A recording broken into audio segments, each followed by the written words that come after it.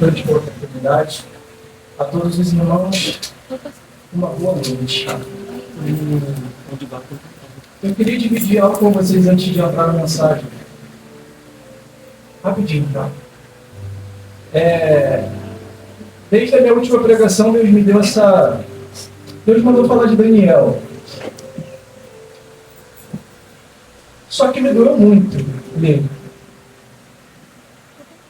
Eu passei por muita coisa desde a minha última pregação. E teve duas vezes eu cheguei e falei assim: vou ligar para os pastores e falar que não quero mais. Eu dormi assim e acordei pedindo misericórdia, pedindo perdão. Porque eu comecei a ver algumas coisas, tanto na internet, quanto na rua, quanto em outros lugares, e eu comecei a ficar muito triste, muito chateado. Eu falei, cara, eu não sou melhor do que ninguém, sou o pior de todos, mas eu estou orando, eu estou buscando, eu estou tentando dar o meu melhor, e eu vejo só o ímpio dar certo. Já preguei sobre isso uma vez, só que não adiantou. Aí da segunda vez eu falei, aí eu peguei para ler. Eu tinha um esboço sobre o Daniel, já tinha pregado outra vez, e eu falei, quando eu pegava para ler, começava a dar umas coisas erradas. Eu falei, cara, tem alguma coisa errada, não está certo. Agora eu vou. Aí eu ia, jejuava e não dava. E eu falei, vou desistir, eu não quero mais. Está pesado demais, estou cansado. Mesma coisa, acordava pedindo a Deus perdão, misericórdia. E aí eu comecei a ler Daniel do início. Capítulo 1, cheguei ao capítulo 2. É onde eu queria que os irmãos abrissem a Bíblia Sagrada, no livro do profeta Daniel, capítulo 2. Eu vou estar lendo com vocês, seria do versículo 1 até o versículo 20, mas ia ficar muito grande. E é muito repetitivo, então eu separei 1, versículo 5 e versículo 15. Para ficar mais curto. E eu queria dar um tema para essa mensagem. E o tema é uma pergunta que eu queria que ficasse gravitando aqui dentro da igreja. Que é, por que colocar um ponto final onde Deus colocou apenas uma vírgula? E vamos dar início ali. Daniel, capítulo 2, versículo 1. Amém? Todos encontraram? Amém. Amém. O enigma do sonho assustador do rei. No segundo ano do governo do rei Nabucodonosor, ele teve um sonho que lhe perturbou muito. O seu espírito ficou tão aflito que já não podia mais conciliar o seu sono. Então o rei mandou chamar os seus magos, adivinhos, feiticeiros, encantadores, místicos e os astrólogos, para que dissessem qual o significado desse terrível pesadelo. E vieram apressadamente até o rei. Versículo 5. Então o rei afirmou aos seus conselheiros e astrólogos: esta é a minha decisão.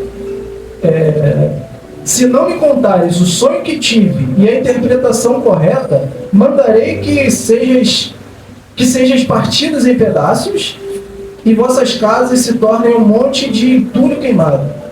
Versículo 15. Já entra a revelação de Daniel, mas ele fala algo interessante. E versículo 15. Daniel perguntou a Arioque, o oficial do rei, por que o rei baixou um decreto tão drástico e urgente? E ao que Arioque respondeu a Daniel: diante disso, Daniel pediu para se apresentar diante do rei e rogou-lhe um prazo, a qual ele daria a revelação que estava buscando. Daniel foi apressadamente aos seus amigos e relatou o que tinha acontecido para Ananias, Misael e Azarias. E lhes pediu que suplicassem ao Deus dos céus, repitam, Deus dos céus, Deus dos céus, que tivessem misericórdia acerca desse mistério e que não fossem mortos diante dos sábios da Babilônia. Então o mistério foi revelado a Daniel durante a noite por meio de uma visão. Daniel louvou ao Deus dos céus, dizendo em aramaico: seja bendito Elá, O nome de Deus para todo sempre, porque dele a sabedoria e a força lhe pertencem. Senhor, misericórdia por ele.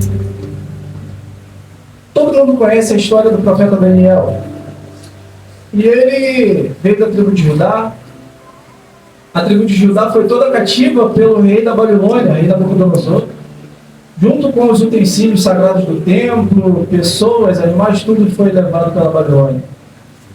Só que Daniel, ele não era, vamos dizer, vamos chamá-lo de peão, ele não era peão, porque os peões ficavam lá junto, ficavam do lado de fora, servindo de escravos, tal. Daniel também, só que ele foi separado junto com um grupo de pessoas que eram mais cultas, que tinham boa aparência, que não tinha nenhuma marca, que não tinha nenhuma deficiência, para ficar dentro do palácio servindo os astrólogos, feiticeiros, magos e o rei. Só que a palavra de Deus vai nos relatar que, primeiro, ele fica preso. Daniel foi muito jovem para a Babilônia. E ele fica 3 anos aprendendo como, tendo ensinamento de como agir, de como servir. Então, já começa 3 anos de treinamento preso no cativeiro.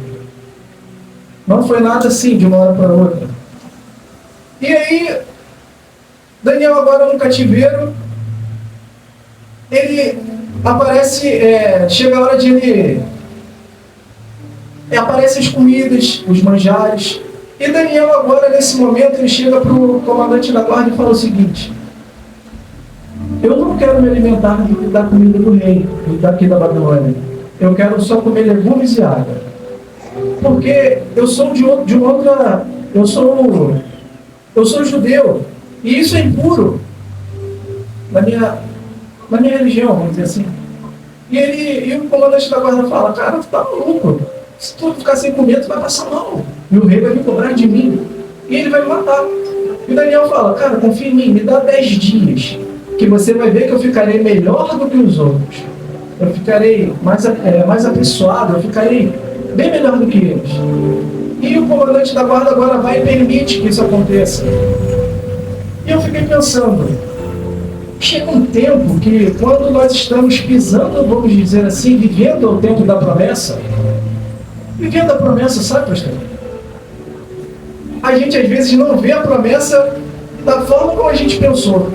O senhor falou algo na sua pregação que me deixou muito pensativo. De repente, Daniel tinha um modus operandi daquele...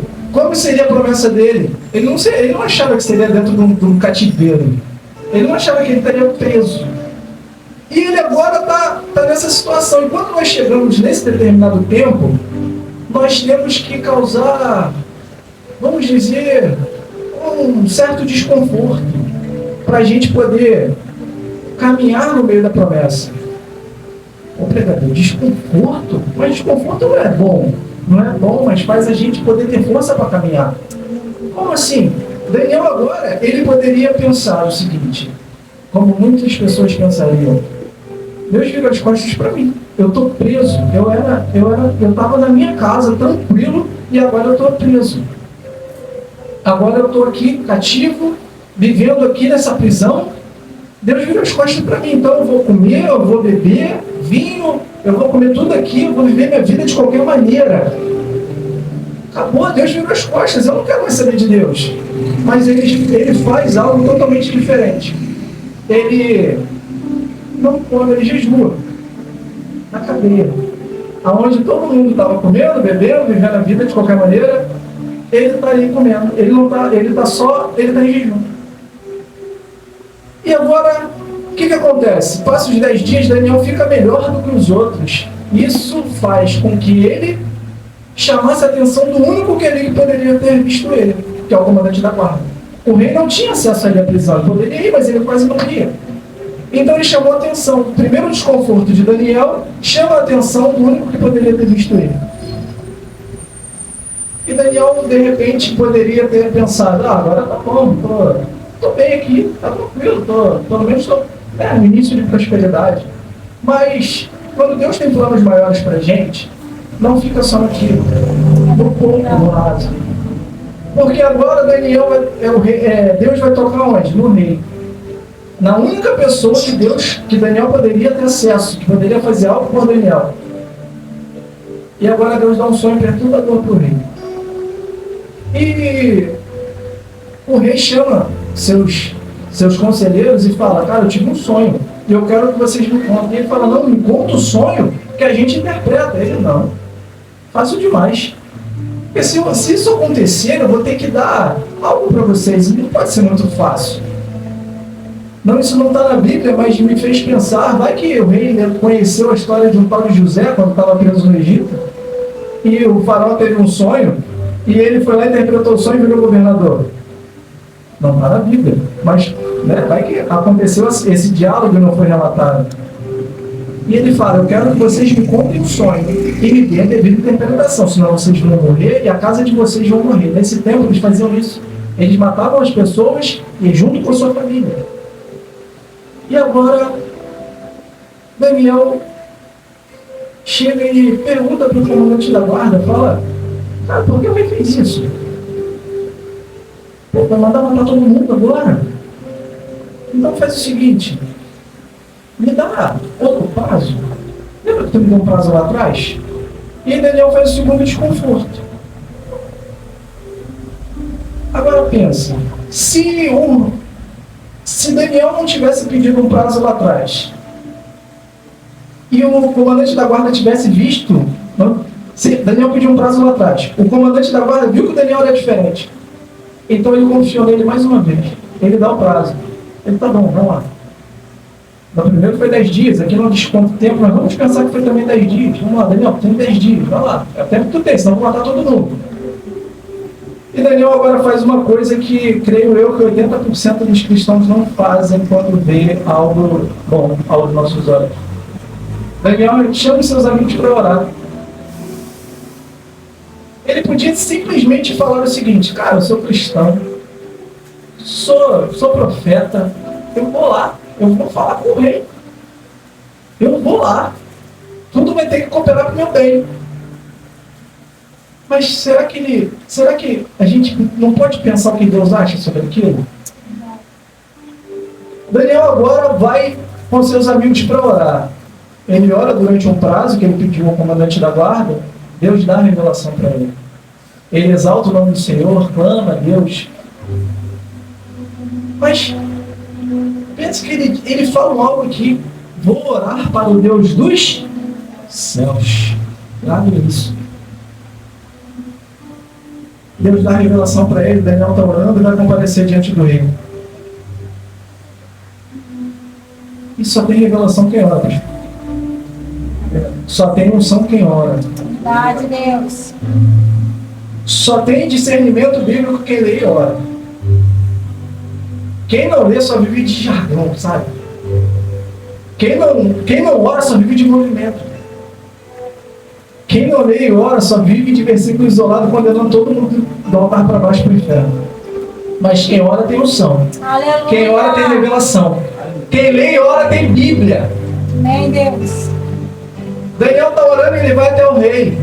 E ele vira para o rei. Ele não chega todo tímido, sabe? E aí, rei, o que o senhor precisa não? Já chega, o senhor teve um sonho. Versículo 31 em diante vai dizer: e no seu sonho o senhor viu uma estátua gigantesca. E ela tinha cabeça de ouro, peito e braço de prata, ventre e quadris de bronze, pernas, ferro e barro. 4 materiais, vamos dizer que são 4 reinos. Cabeça de ouro, Daniel diz que é o rei.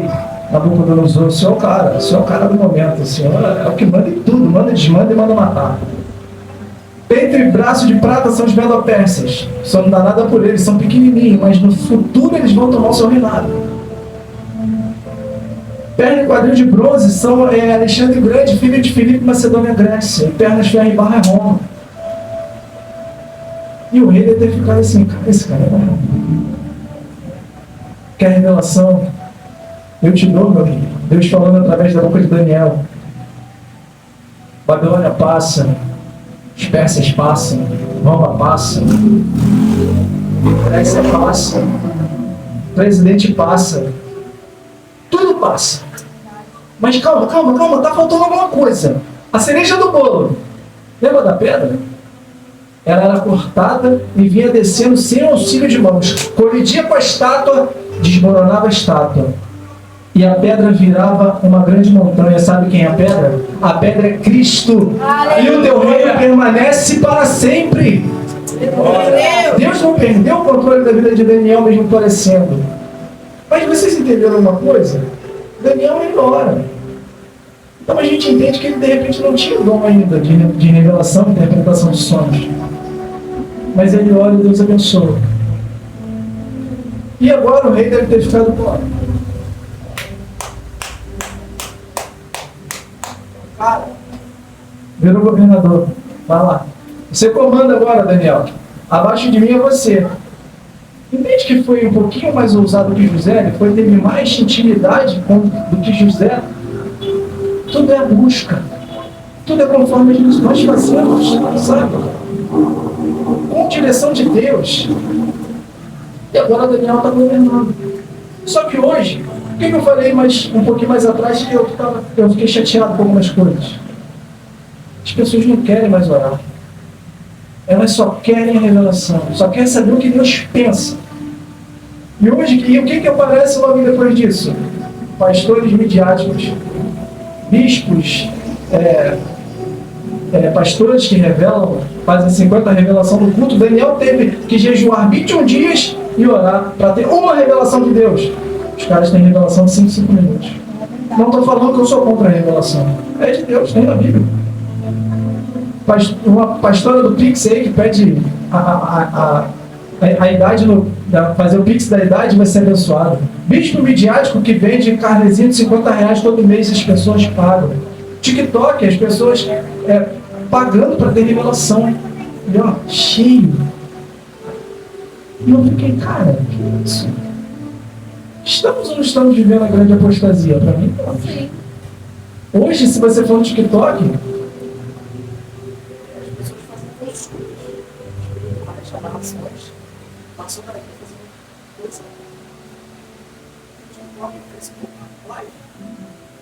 é ou não é a grande apostasia? Está tudo mudado, está tudo de cabeça para baixo. E as pessoas agora, elas estão nessa. Ninguém quer mais orar. O cristão vai para a igreja, mas não ora. Vem para a igreja, mas não jejua.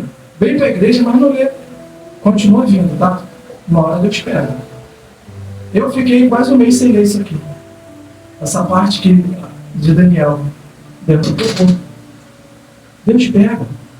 Porque Deus tem mistérios para revelar para a gente. Aleluia, Deus. Então nós temos agora que mudar o nosso comportamento. Nós temos sim que orar, que jejuar, que buscar. Nós temos que fazer a diferença, porque senão nós vamos ficar irrelevantes para o mundo. A gente não... Tem muita gente aí fora que não prega para ninguém. Não fala de Jesus para ninguém. Temos que voltar a usar a nossa uniforme de cristão e falar que eu sou cristão. Vamos voltar a esperar o arrebatamento da igreja. Vamos fazer o que a pastora fez hoje, orar mesmo, antes do culto. Eu vi um negócio no carnaval, mais ou menos, são 150 pessoas por bateria, mais ou menos ali. Olha quanta coisa acontece. Olha a invocação que é. Agora vamos imaginar se as igrejas orassem e jejuassem nos 4 dias de carnaval durante o desfile. Ia ser algo diferente. Ia ser uma guerra. Só que quase ninguém mais quer orar. As pessoas só querem saber da revelação que Deus pensa. Mas será que é Deus que está falando? Voltando para Daniel, alguns historiadores, teólogos vão dizer que do primeiro sonho, no seu capítulo 2, para o capítulo 4, que é o segundo sonho, passaram aproximadamente de 30 a 35 anos. O primeiro sonho foi 670 a.C. e o segundo sonho 605 a.C. e o segundo sonho foi 570 a.C. Então, aproximadamente, vamos dizer que Daniel tinha uns 40 anos. Mais ou menos. Pensa. Daniel virou governador e ficou mó trampão ainda, não? Ficou tranquilo. Só que, de repente, ele estava numa zona de conforto. Tudo tranquilo, sou governador, estou dando as coisas certas. E Deus quer algo maior de Daniel e dá um segundo sonho para o rei. E no segundo sonho do rei, eu vou falar com as minhas palavras, senão vai ficar muito longo. O rei agora sonha com uma árvore. A árvore é muito grande, chegava até os céus. A árvore, as raízes dela iam até os confins da terra, elas serviam de sombra para animais selvagens e dava de comer seus frutos, dava de comer para quase todo mundo. E ela ficava com muitos ninhos de passarinho à sua volta. Só que vinha um anjo e cortava a árvore e prendia o seu tronco com uma corrente de bronze. E o seu tronco era molhado pelo orvalho dos céus. E Daniel agora dá a interpretação, vê que ele já chama Daniel. Ele não chama os astrólogos, feiticeiros, não, ele chama Daniel. E conta, ele não pede para que ele interprete. E no versículo 22 vai dizer o seguinte, Daniel fala: essa árvore, ó rei, és tu, forte, que cresceste e se tornaste tão grande e majestosa do mundo todo, porquanto o seu poder alcança os céus, e o teu domínio se estende até os confins da terra. Tua majestade, viste um anjo que descia do céu e ordenava que derrubaste a árvore, porém deixaste o tronco preso na terra por uma corrente de ferro e bronze. E o Senhor era molhado no orvalho dos céus, viveria com os animais até que se passassem 7 anos ou um período de tempo. Sendo assim, a interpretação de Deus é: tu serás expulso dos convívios dos humanos, viverá com os animais silvestres, comerá capim como os bois, será molhado pelo orvalho dos céus. Passarão 7 períodos de tempo, até que admita que o Altíssimo domina os reinos dos homens. E no 26, todavia, a ordem de deixar o resto da árvore e as raízes significa que o teu reino será restituído quando reconheceres que os céus dominam. Cara, que os céus dominam. Eles enfatizam tanto os céus que daí para lá foi minha segunda parada. Eu não consegui mais. Até que eu voltei e Deus falou muito forte ao meu coração, e eu queria convidar os irmãos a abrir a Bíblia Sagrada no livro de Salmos 19.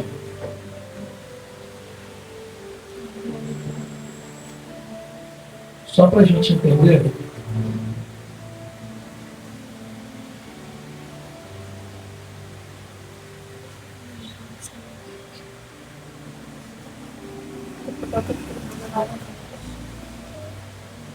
Salmos 19 vai dizer assim: os céus revelam a glória de Deus, e o firmamento proclama a obra de suas mãos. Mais uma vez os céus apareceram. Em algumas traduções vai dizer os céus revelam. Em outras traduções vão dizer os céus anunciam. Em outras traduções vão dizer os céus proclamam. No original vai dizer os céus manifestam a glória de Deus. Em hebraico, me permita a ousadia, vai dizer Hashamai Mersaplika Plorel. Que traduzido vai dizer que os céus manifestam a glória de Deus. E eu fiquei pensando, a palavra ela variou, o idioma ele mudou. Mas lembra da pedra? A pedra faz referência à pedra angular, que é Cristo. E os céus, a palavra é a mesma coisa, ela não muda. Ela varia, mas não muda. O idioma varia, mas não muda. É a mesma coisa. E quer dizer o quê? Que Deus, os céus, não perdeu o controle de nada. Verdade, Deus. Se nós formos ver o Sol, se ele estivesse um pouquinho mais para baixo, a gente morreria tudo queimado. Se ele estivesse mais para trás, não haveria vida. Se a Lua estivesse um pouquinho mais para baixo, as marés tomariam conta de tudo. Se estivesse mais para trás, não haveria vida. A Terra ela tem mais ou menos uma rotação de aproximadamente 23,54. Se fosse 18, não haveria vida. Se fosse 23, também não. Mas vai ter. Eu creio que quando o salmista escreveu isso aqui, ele viu tudo conectado, o universo inteiro gritando que Deus existe. Aleluia! Deus existe. Porque está tudo encaixado, tudo conectado.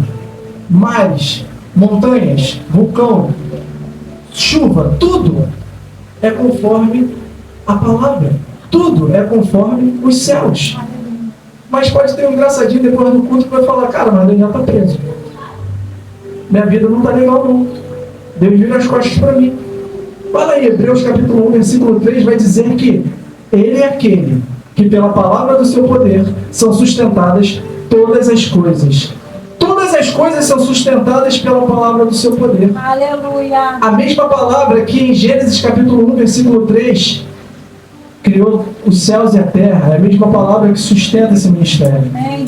A mesma palavra do seu poder que em Lucas, Mateus capítulo 4, sustentou Jesus no deserto quando era tentado por Satanás, é a mesma palavra do seu poder que sustenta a nossa vida. Aleluia! A mesma palavra do seu poder que em João capítulo 1, versículo 14, se fez carne, andou entre nós, fez maravilhas e prodígios, é a mesma palavra do seu poder que sustenta a nossa casa. Então a palavra de Deus é que nos sustenta. Aleluia! Mas os céus manifestam. Primeiro, Daniel ora por Deus dos céus. Segundo, o rei tem que declarar que os céus dominam. E agora, o salmista diz que os céus revelam a glória de Deus. Resumindo, Deus não perdeu o controle de nada. Aleluia! É uma fase, é um tempo determinado que vai acontecer. Eu creio. E voltando para Daniel,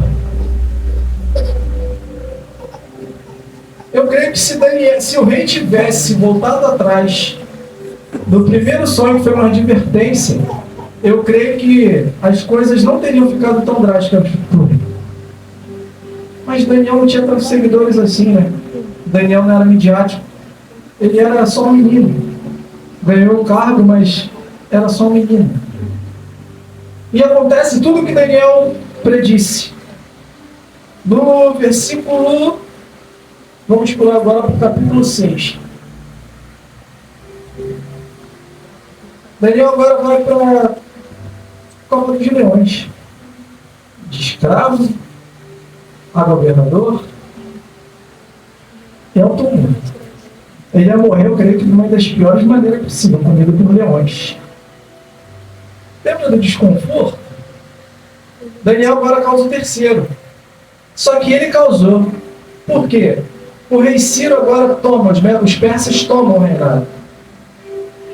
E as pessoas que eram os líderes, vamos dizer assim, eles ficam com ciúme de Daniel.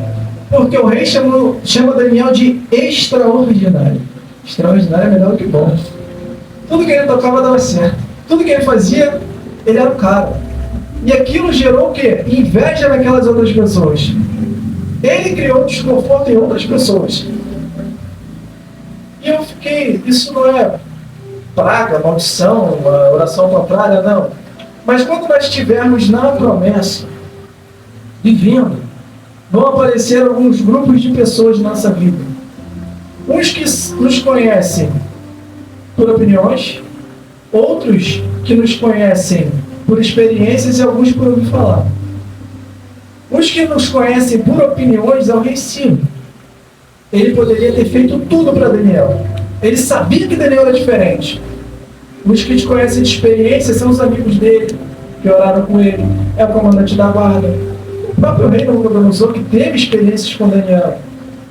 E os que conhecem Daniel de ouvir falar são esses, que vê que Daniel é diferente e estava atrapalhando os planos dele. E aí eles falam o seguinte: vamos fazer um decreto, a gente leva para o rei, e o rei não pode voltar atrás. Vamos falar para o rei que aquele que estiver orando para o seu Deus tem que morrer, vai para a cova dos leões. E eles levam a ideia para o rei gosta, decreta e fala, não pode voltar atrás, ainda não volta. Rapidinho já traz em Daniel, aqui ó, tá mandando pro seu Deus, ó. E Daniel agora fica ali, entre a cruz e a espada. E o rei fala, não Daniel, esse é não, cara. Pô, Daniel é diferente, Daniel é o cara. Rei, o senhor não pode voltar atrás, se eu voltar atrás, acabou de tomar o povo, se eu voltar atrás, o senhor vai se chamar de frouxo. O rei é. E ele me fala uma coisa no seu capítulo 16 que mexeu com a minha mente. O rei vira para Daniel e fala, Daniel, infelizmente tu vai ter que morrer, cara. Gosto de tu, mas não tem o que fazer. Mas peça para ela o teu Deus, o Deus dos céus, para que ele te tire, vai que ele possa te livrar. E Daniel vira e fala, não, tudo bem, Daniel não reclama, Daniel não xinga, Daniel não briga, Daniel não se ira, Daniel não faz nada, ele vai. Ele vai. E os caras devem ter ficado felizes da vida, né? Agora a gente que nós vamos ser chamados de extraordinários. E no dia seguinte vão lá tirar a pedra para ver como o Daniel estava, para catar os seus restos mortais. E eles veem Daniel, me permita eu pensar, um leão deitadinho com a perna pro alto, Daniel fazendo carinho no leão, o outro lá posturadão. E os caras, chama o rei, chama o rei, chama o rei. Rei ainda não morreu. O rei vira e fala, tira ele de lá. Ele é justo. Agora pega todos aqueles que armaram contra Daniel e colocam lá junto com as suas famílias. E se cumpriu a profecia aqui, sabia? Êxodo capítulo 20, versículo 5, vai dizer que, deixa eu ler para ficar exato.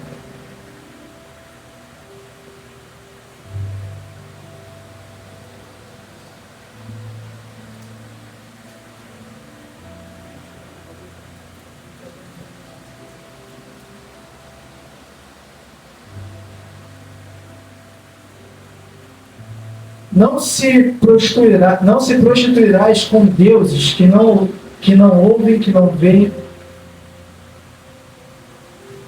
porque eu, o Senhor teu Deus, sou ciumento e puno a iniquidade sobre os filhos da terceira e quarta geração daqueles que me odeiam. Mas demonstro e ajo com amor e misericórdia até 1000 gerações daqueles que me amam. Terceira e quarta gerações que odeiam a Deus. As pessoas que armaram contra Daniel foram para a cova dos leões com sua família. 1000 gerações daqueles que amam a Deus, Daniel e sua geração. Ah, mas hoje nós vivemos pela graça. Sim, eu concordo. Mas a graça, ela não anula a semeadura. É verdade. Tudo que a gente planta, a gente vai colher. Verdade. Sem medo de errar. Daniel agora é restituído governador. Ele volta para as funções que ele exercia.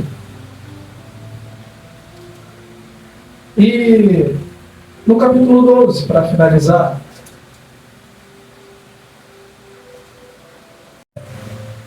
Deus perdeu o controle, o cara está preso ainda, as coisas não estão acontecendo. Mas quando tiver ainda um Daniel na casa, um Daniel no palácio, um Ezequiel fora do palácio, um Jeremias em Jerusalém, Pedro na Judéia, quem sabe uma menina na casa do Naamã, de repente um José na casa do Potifar, Paulo nos confins da terra, eu e você é onde Deus nos colocou. Aleluia! Deus não erra o plantio. Ele não usa cabeça errada. Aonde Deus te colocou, Ele vai te usar. Aleluia! Tem que ter certeza e fé. Tem que ter fé. Confiar que Deus vai fazer. No capítulo 12, versículo 9, o anjo vai dizer para Daniel: segue o teu caminho, ó Daniel, porquanto estas palavras e sua significação estarão lacradas e seladas até os tempos do fim. Muitos serão colocados à prova. Assim serão joelhados, purificados, aperfeiçoados, enquanto os malignos continuarão praticando as impiedades. Nenhum ímpio dará ouvidos a estas palavras, tampouco buscarão o entendimento, mas os sábios e os prudentes, sim, esses entenderão. Eu estava me preocupando com os ímpios. Eu estava vendo o ímpio dando certo. E quando eu li esse versículo, ele deu um nó na minha mente, sabe? Eu fiquei... Deus falou tremendamente comigo. Lembra que eu disse, o tema da mensagem é: não deu um ponto final onde Deus colocou apenas uma vírgula. Imagina se quando Daniel chegasse na cadeira e desse um ponto final para ele. Ele não entendesse que aquilo era uma vírgula. E eu fui pesquisar, eu juro que eu não sabia para que servia uma vírgula. No dicionário vai dizer que a vírgula é um ponto usado para uma pausa e depois uma oxigenação para a continuação da frase. Então o que Deus disse para Daniel, disse para nós essa noite é: o tempo ruim bateu, a crise veio, para, respira, mas continua. Aleluia. De que adianta parar, não respirar e voltar? Daniel foi restituído. Do nada, a roda gigante pode virar, quem está lá em cima pode descer, quem está embaixo pode subir. Deus pode te tirar agora ou amanhã, a gente não sabe o tempo, o período, te tirar da caverna e botar aqueles lá que te armaram, fizeram contra você dentro da caverna. Nesse leão. Só para eles sentirem que você passou, viveu o que você viveu e entenderem que é por um prazo, até eles declararem que os céus vão perder o controle. Até eles declararem que os céus ainda estão dominando. A gente não sabe os planos de Deus. E Daniel diz no seu versículo 12: bem-aventurado os que aguardam a chegada aos 1335 dias. Tu, porém, vai em paz e segue o teu caminho até o fim. Eis que descansarás, e então o final, irmão dos tempos, te levantarás e receberás a tua herança, que será perpétua. Nós temos que viver, comer o melhor dessa terra, trabalhar, curtir, aproveitar, viver o máximo que pudermos. Mas nós não podemos achar que a riqueza só vai vir da terra.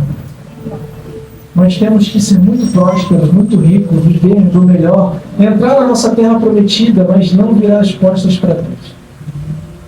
Não é porque a fase está ruim, que deu uma dificuldade, que uma tempestade se aproximou, se instaurou, que é o fim. É para ver como você vai se portar.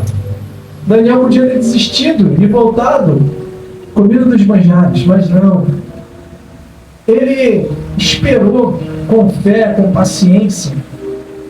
E tem muita gente que está esperando um avivamento. Mas nós não precisamos de um avivamento para profetizar. O que Joel disse, o profeta Joel disse, Pedro replica em Atos capítulo 2, se eu não me engano, versículo 9 a 12, que nos fins dos tempos, os velhos teriam sonhos, jovens teriam visões, filhos e filhos, servos e servos profetizariam. Por quê? Estavam cheios do Espírito Santo. Aleluia. E no nome de Jesus, eu venho profetizar na vida dessa igreja, que nós venhamos a ser cheios do Espírito Santo, que nós venhamos a confiar em Deus, que se um dia passar uma tempestade, que nós vamos estar firmes, confiantes, fortes, e nada vai nos abalar, porque nós estamos cheios de Deus. Aleluia. E Deus não perdeu o controle de nada. Os céus ainda continuam no controle. E que nenhuma barreira vai nos atrapalhar de chegar. E que nada, homem nenhum, Espírito maligno nenhum, no nome de Jesus, vai nos impedir de chegar onde Deus quer. Glória a Deus. Eles vão nos empurrar por querer de Deus. Em nome de Jesus. Eu recebo. E assim eu. Esqueci. Agradeço a oportunidade.